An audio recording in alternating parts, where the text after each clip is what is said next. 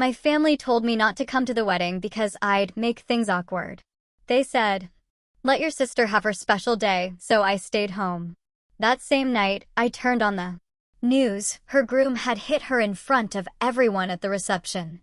You know that gut-wrenching feeling when your entire world is turned upside down in an instant? Mine shattered into a million pieces the day I learned, not from my family, but from a social media post, that I'd been completely cut out of my own sister's wedding. But that, my friends, was just the beginning of the lies. I remember it vividly. I just collapsed into my favorite leather armchair, kicking off my work boots after a brutal day restoring the old Buchanan house. Rotted floorboards crumbling. Plaster, 100-year-old staircase that fought me with every splinter. My muscles ached, but it was that good kind of ache, the one that tells you you've earned your glass of Cabernet. The phone buzzed on the coffee table.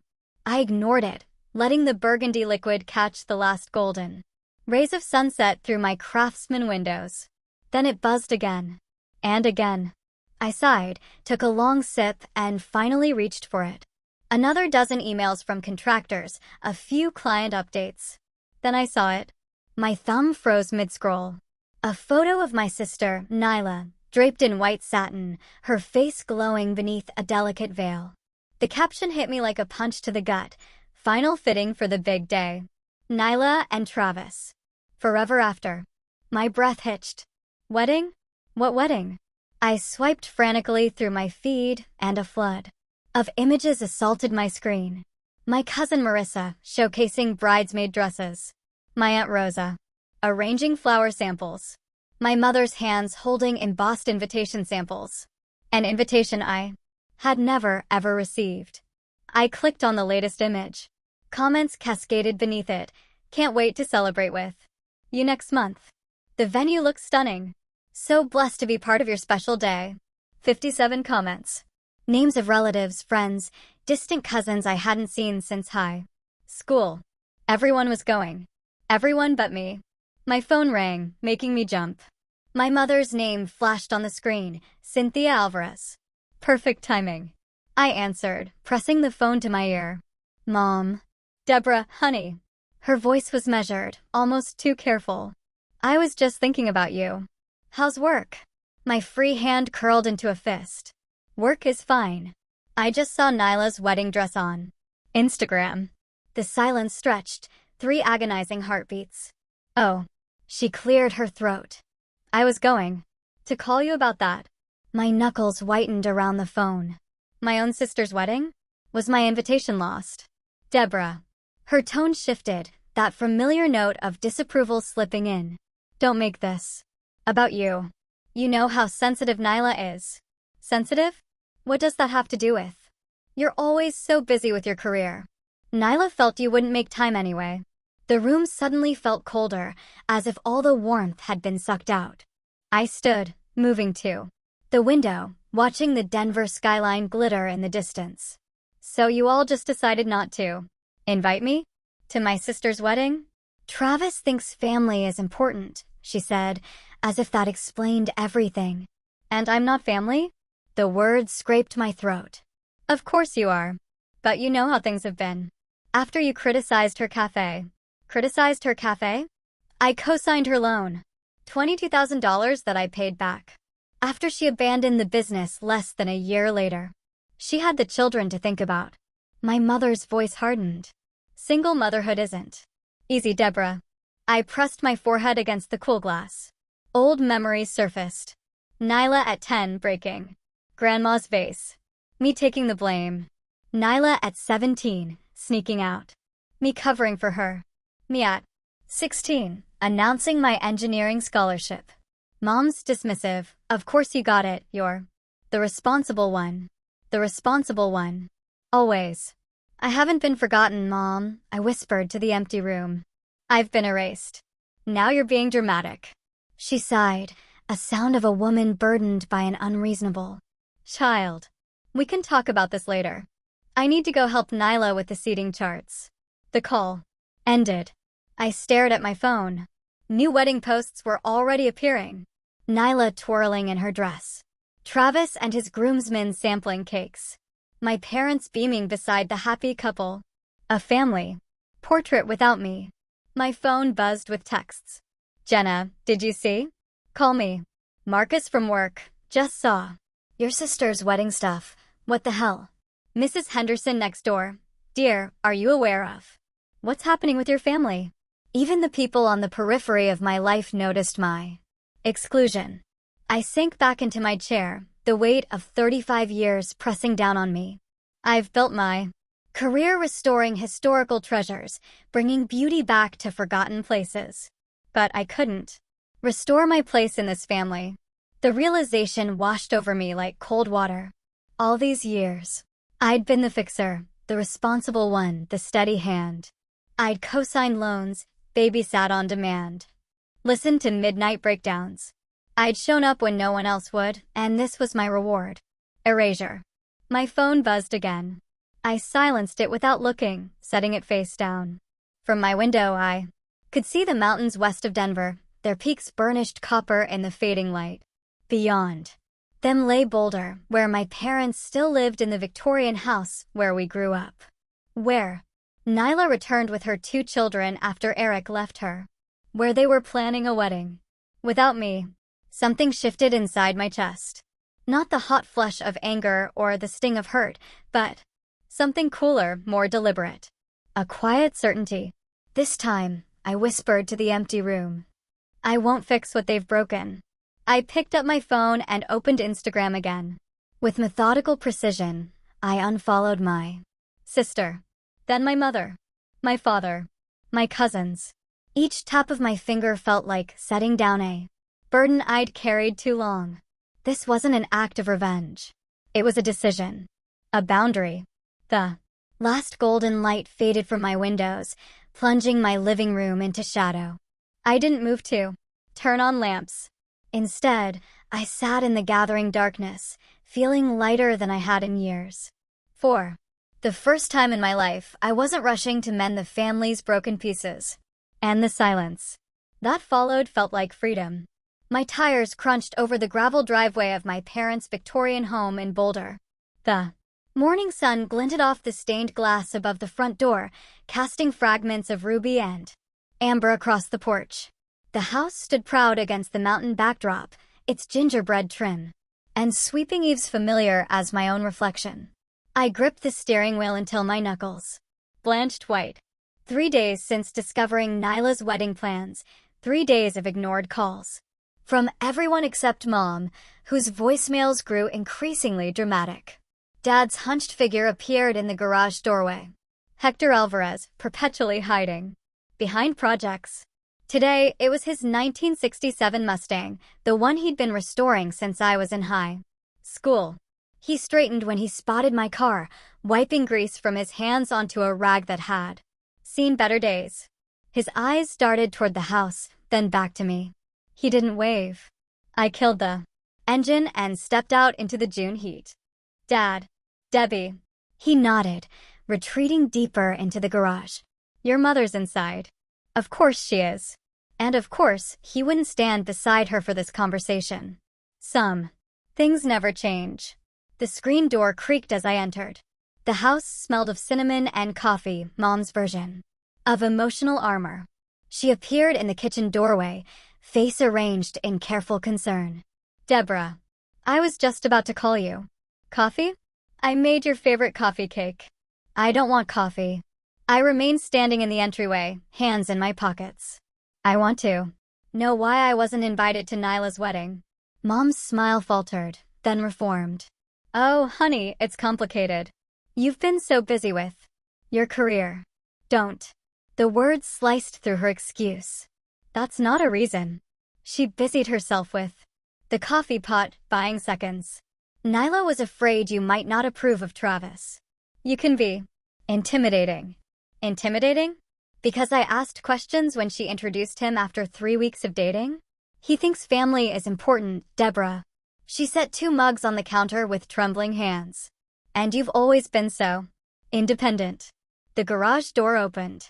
Dad shuffled in, eyes fixed on the hardwood floor. Don't make things harder than they already are, he muttered. Harder for whom? I asked, heat rising in my chest. For Nyla? For Travis? For you too? Who's always made excuses for her? Mom's eyes welled with practiced tears. That's not fair. Fair. The word exploded from me. Was it fair when I co-signed that business loan for her? Cafe? $22,000, Mom. That's what I paid back after she abandoned it 9 months later. She had the children to think about, Dad interjected, finally meeting my gaze. After Eric left. Eric left 4 years ago. The cafe fiasco was last year. I stepped closer to them both. I've been making those payments while she posts vacation photos from Sedona. Single motherhood isn't easy, Mom whispered. And Travis is her second chance. Dad's voice strengthened with this familiar defense. He has a good job in pharmaceutical sales. He can provide stability. So, she found her meal ticket. And now I'm embarrassing. The pieces clicked into a sickening place. Did Travis say he doesn't want me there? Their silence confirmed it. He thinks I don't care about my family. I laughed, a harsh sound against the homey kitchen. Backdrop. That's rich. Coming from a man who's known her for what, 7 months? Please understand. Mom reached for my arm. This wedding means everything to her. After the cafe. After Eric abandoned her with the children. Emma and Lucas deserve stability. Dad added. Always the children as shields. 8-year-old Emma and 6-year-old Lucas wheeled out as justification for every bad decision Nyla made. And what about me? I asked quietly. What do I deserve after paying her debts? After babysitting every weekend she had a date? After listening to her cry about Eric at 2 in the morning for months? You're stronger, Mom said. As if it was a compliment. You've always been the responsible one. The responsible one. The family ATM. The free therapist. The emergency babysitter. Never the sister worth including. I turned toward the door, suddenly exhausted. The weight of their expectations. Their manipulations. It felt heavier than the timber beams I'd installed in the Buchanan house yesterday. Deborah. Please. Mom followed me. We're family. Family. I paused at the door. Is that what we are? Dad stepped forward. Where are you going? Away from here, I said simply. If Nyla wants a perfect wedding, she can have it without me. I left them standing in the doorway, faces painted with confusion. As if they couldn't comprehend that this time, I wouldn't absorb the blow. 20 minutes later, I slid into a booth at Copper Kettle, the coffee shop where Jenna worked. She spotted me and brought over a latte without asking, sliding into the seat opposite me. That bad, huh? Jenna had known me since college. She recognized the aftermath of family confrontation on my face. Worse. I wrapped my hands around the warm mug. Travis doesn't think I care about family. That's why I wasn't invited. Travis. She snorted. The guy who's known your sister for 5 minutes thinks he gets to decide who cares about family. Apparently. Jenna glanced around, then pulled out her phone. Speaking of Travis. She slid it across the table. Kelly took these last night at Downtown Lounge. The photos showed Travis, arm wrapped around a blonde woman who definitely wasn't my sister. They were laughing, heads close together. In the last image, his lips pressed against her neck. My stomach tightened, not with surprise, but with bitter confirmation. When was this taken? Last night. Around 11. I pushed the phone back toward her. And what am I supposed to do with this information? Jenna blinked. Tell your sister? Tell your parents? Stop the wedding before she marries a cheater. The old me would have done exactly that. Would have rushed to protect Nyla from herself. Would have absorbed her rage when she inevitably shot the messenger. No, the word felt foreign, but right. I'm not doing that. Deborah, you have to. This time, I'll let the truth expose itself. I sipped my cooling latte. I'm not invited to the wedding, remember? It's not my place to interfere. Jenna studied me across the table. This isn't you. Maybe it should be. The realization settled in my chest, not with guilt, but with certainty. I'd spent my life fixing Nyla's messes. Look where that's gotten me. Excluded from her wedding, Jenna conceded. Exactly. I straightened my shoulders. So let Travis be Travis. Let Nyla make her choices. I'm done being the family safety net. And if she marries him, then she marries him. The words should have hurt more than they did. I can't rescue someone who doesn't want to be saved. For the first time in my life, I didn't rush to prevent a disaster. Heading toward my family, the discomfort of inaction sat heavy in my stomach. But beneath it ran a current of something unfamiliar. Relief. I poured myself another glass of Cabernet and settled into my window seat, the Denver skyline glittering against the night. My phone sat face down on the coffee table, deliberately silent. 3 weeks had passed since I discovered my exclusion from Nyla's wedding. And today was the big day at the Ridgewood estate. The Ridgewood. Even the name dripped with old money and exclusivity. According to Jenna's intel, Mom had spent weeks arranging white roses and gold accents throughout the historic mansion. 150 guests. Local press covering the union of Travis Reed, prominent engineer, and my sister, the perpetual damsel. I took a slow sip, savoring the wine's complexity.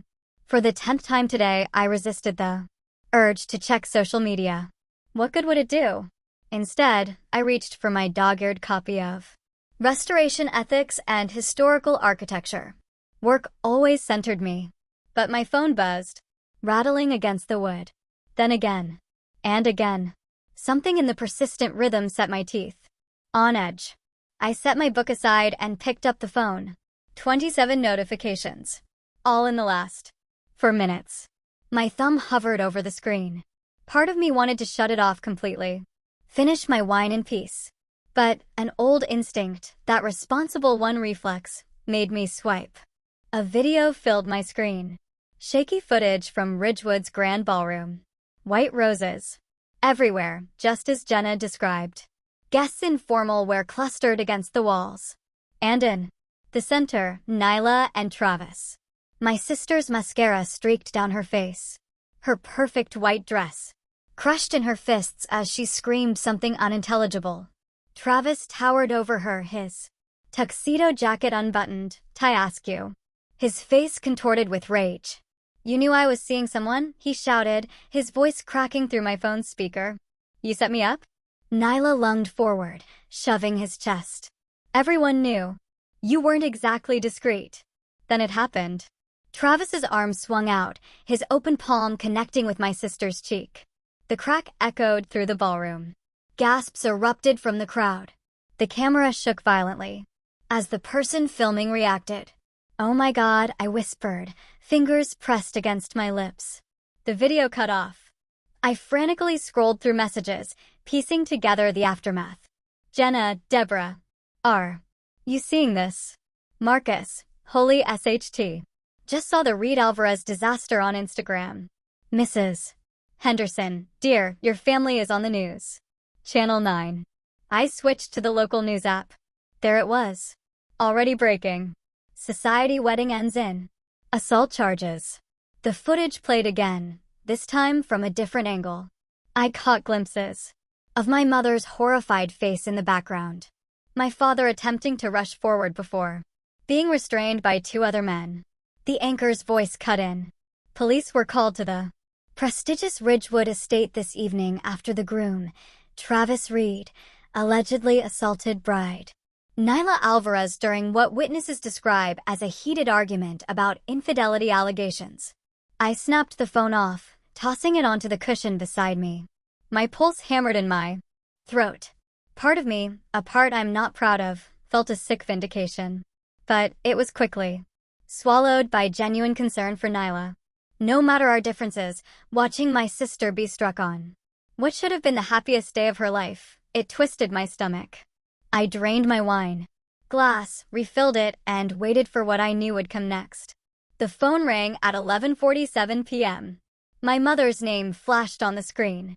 I let it ring 4 times, composing myself before answering. "Mom."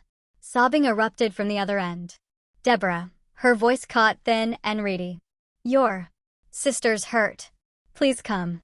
I closed my eyes, the words I'd said 1,000 times in my life poised on my tongue. "I'll be right there. I'll fix it. I'll help." But something stopped me. the memory of scrolling through wedding photos I wasn't meant to see. The years of cleaning up Nyla's messes. The money I was still paying back. I wasn't invited, Mom, I said quietly. Showing up now would only make it worse. Silence stretched between us, so profound I could hear her breathing hitch. But she needs you, Cynthia finally whispered. She always needed you. No, I corrected her gently. She needed Travis.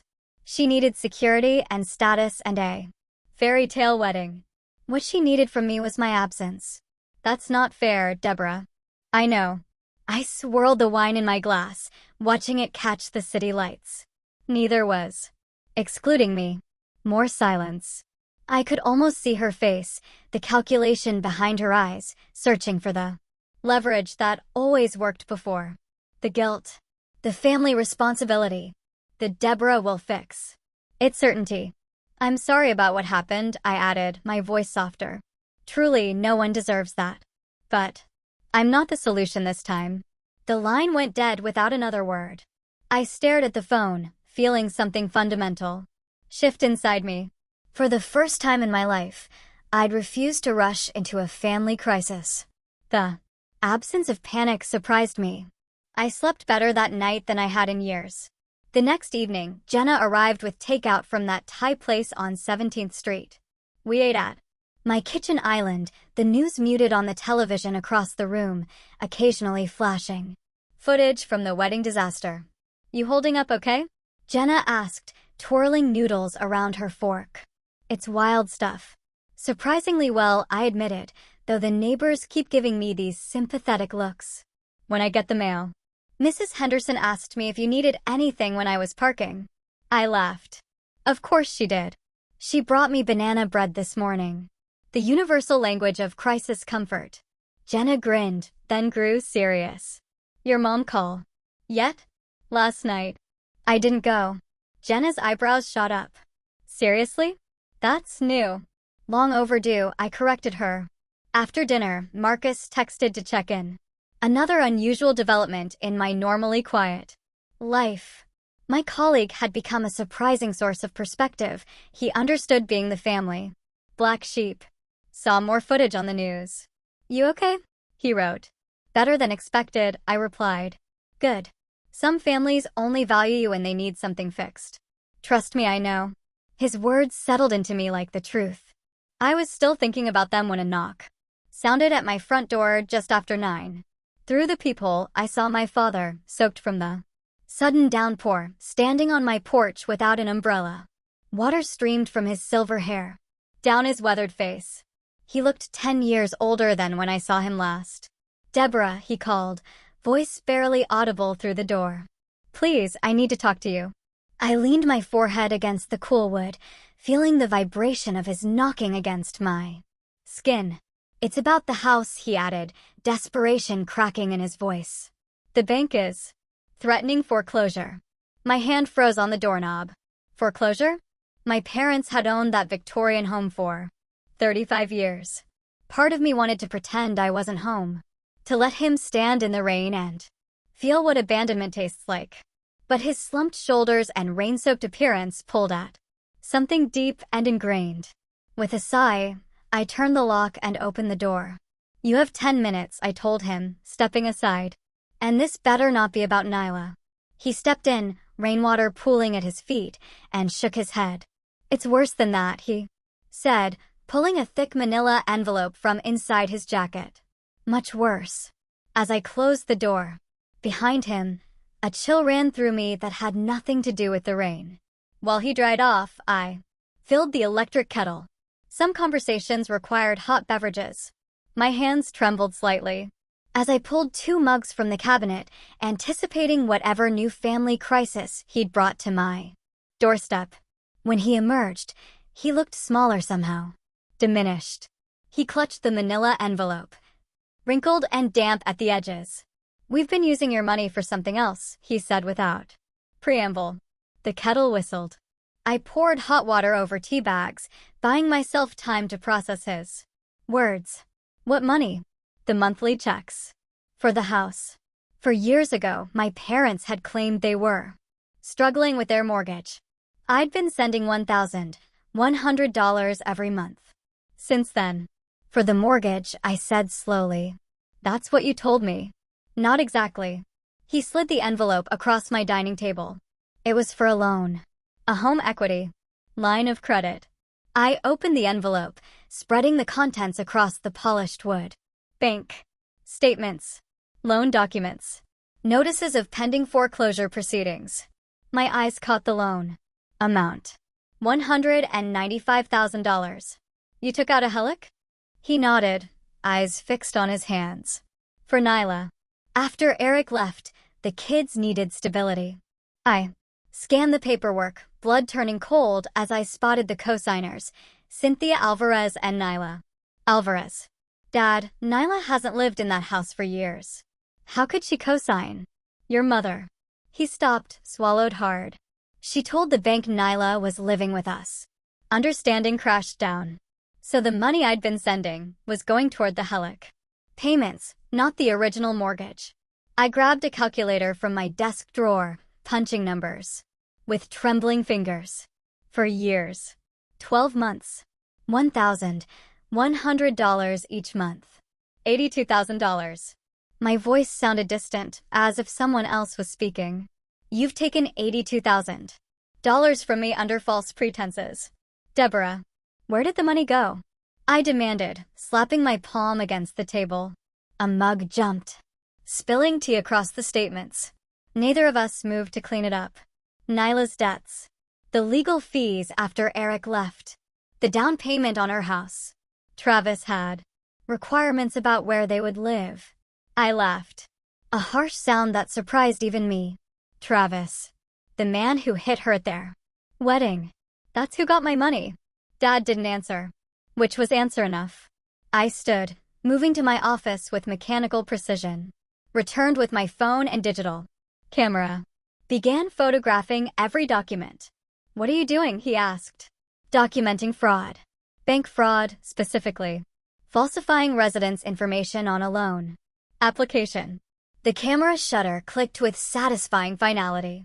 You can't. I absolutely can. I continued photographing, hands steady now. And I will. It would destroy your mother. Nyla's kids. Don't. I held up one hand. Don't you dare put this on me. I'm not the one who lied. I'm not the one who stole. His face crumpled. We never meant. Yes, you did. I set the camera down, meeting his eyes directly. You meant every bit of it. You just never expected to get caught. My phone buzzed. A text from Marcus. Bank contact info. Coming your way. My cousin's in mortgage fraud investigations. How much is left on the HELOC? I asked. About $70,000. Dad rubbed his face. The foreclosure notice came yesterday. They're calling the entire balance due. I resumed photographing, capturing every signature, every false statement. Dad watched in silence. The magnitude of what they'd done finally sinking in. Why now? I asked finally. Why tell me after all this time? Your mother thought we could refinance. But no bank will touch us after the wedding fiasco. Hit the news. He hesitated. And I couldn't live with it anymore. Not after you were excluded. From the wedding. Not after everything. My phone rang. I answered without checking the caller. ID, Jenna's voice filled the line. Heads up. The next day, I stood in the center of my living room, surveying my preparations with the meticulous eye I normally reserved for historic building inspections. The large oak dining table. A restoration project I'd salvaged from an 1880s farmhouse dominated the space. Its surface told a story of betrayal through carefully arranged papers, photographs, and bank statements. A knock at the door announced Aunt Rosa's arrival. I'd chosen her carefully. Dad's sister. The only family member who never played favorites. You look tired, Mija, she said, stepping inside. Her silver-streaked hair framed concerned eyes. Not tired. Ready. I adjusted a stack of bank statements. Thank you for being here. She squeezed my hand. Family should tell the truth, not pretty lies. The doorbell rang again. My stomach clenched as I checked my watch. They were 15 minutes early. A power move. Classic Cynthia. I'll make coffee, Rosa offered, retreating to the kitchen. I opened the door to find them huddled on my porch. Mom's face wore a mask of injured dignity. Dad studied his shoes. Nyla stood slightly behind them, arms wrapped protectively around her middle. Come in. My voice sounded foreign to my ears, steady, unruffled. They filed past me like solemn funeral attendees. No one spoke as they settled around my dining table. Nyla gasped quietly when she noticed the papers. Dad's shoulders sagged further. Mom's lips pinched into a bloodless line. Aunt Rosa brought coffee, but nobody touched it. I remained standing. The silence stretched until Mom shifted in her chair. What is all this? Drama for Deborah, if you need help with your finances. Stop. The words sliced through her deflection. For once in your life, just stop talking and listen. I slid a document toward her. This is the home equity line of credit you took out for years ago. $195,000. With Nyla listed as co-signer, claiming she lived at the property. Dad's eyes closed briefly. This, I continued, pushing forward another document, is the rental agreement I signed when I moved out 12 years ago. The one that specifically forbids you from using my financial information or claiming I live there. I tapped a stack of bank statements. And these show the money transfers. $1,100 monthly from my account to yours. Totaling $82,000 over 4 years. Nyla's face drained of color. Mom? What is she talking about? Our mother told me the house needed repairs, I explained, never taking my eyes off Cynthia. A new roof. Foundation work. That she and Dad were struggling to keep up with expenses in retirement. She asked for help. I agreed to send what I could each month. My fingers trembled slightly as I laid out the photographs. These are pictures from the bank lobby security camera. Mom depositing my checks directly into the Helic payment account. Cynthia's chin lifted. I only did what I had to do to keep a roof over the kids' heads. You kept that roof with my money and my trust. The fury pulsed behind my eyes, yet my voice remained level. The same money I earned working 60-hour weeks while repaying Nyla's failed cafe loan. Nyla's mouth dropped open. Cafe loan? But you said that was a refinance. Your sister co-signed for your business, Aunt Rosa interjected quietly. When it failed, she paid back every penny. Dad finally spoke, voice rough with shame. Debbie, we never meant for it to go this far. Don't. I raised my hand. Intentions don't erase fraud. Fraud. Cynthia sputtered. We're family. Family doesn't steal from each other, I countered. Family doesn't forge signatures on loan documents. Nyla stared at the papers, hands shaking. I didn't know, Deborah. Mom just said it was a refinance. That you approved everything. I believed her. Nyla was always the golden child, but never the mastermind. Cynthia sniffed. Well, what do you want? To send your parents to jail? To make your sister homeless with 2 children? Dad's head snapped up. That's enough, Cynthia. The sharpness in his tone startled us all. In 40 years of marriage, I'd never heard him speak to her that way. Debbie has every right to be furious. His weathered hands spread flat on the table. If you want the house, we'll sign it. Over. The side lot can be sold to repay what we took. Cynthia fell silent, hands twisting in her lap. I looked at my father, really looked at him. The proud carpenter who taught me to restore instead of replace. To find value in damaged things. His eyes held a mixture of shame and relief. The weight of secrets finally lifting. I don't want your house, I said. I just want this to end. Aunt Rosa took a notebook from her purse. I've spoken with a friend at First American Title. We can do a quick claim deed for the side lot today. Transfer it directly to Deborah. We could sell it, Dad said. The Miller boy next door has been asking about it for years. To expand his garden. Fine. My mother's voice was clipped. I don't need an apology, I told them, surprised to discover it was true. I just need peace. The room fell quiet again, but the quality of silence had changed. No longer tense with unspoken accusations, but heavy with truth finally acknowledged. 2 weeks later, we met at a title company downtown. The attorney explained the documents. With professional detachment. Dad signed first, then Mom. The pen hovered in her hand for a moment before she scrawled her name. I didn't make speeches about forgiveness. I didn't hurl accusations.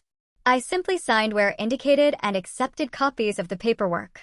As we stood to leave, Dad touched my arm. I'm sorry, Debbie, his voice caught for everything. I nodded.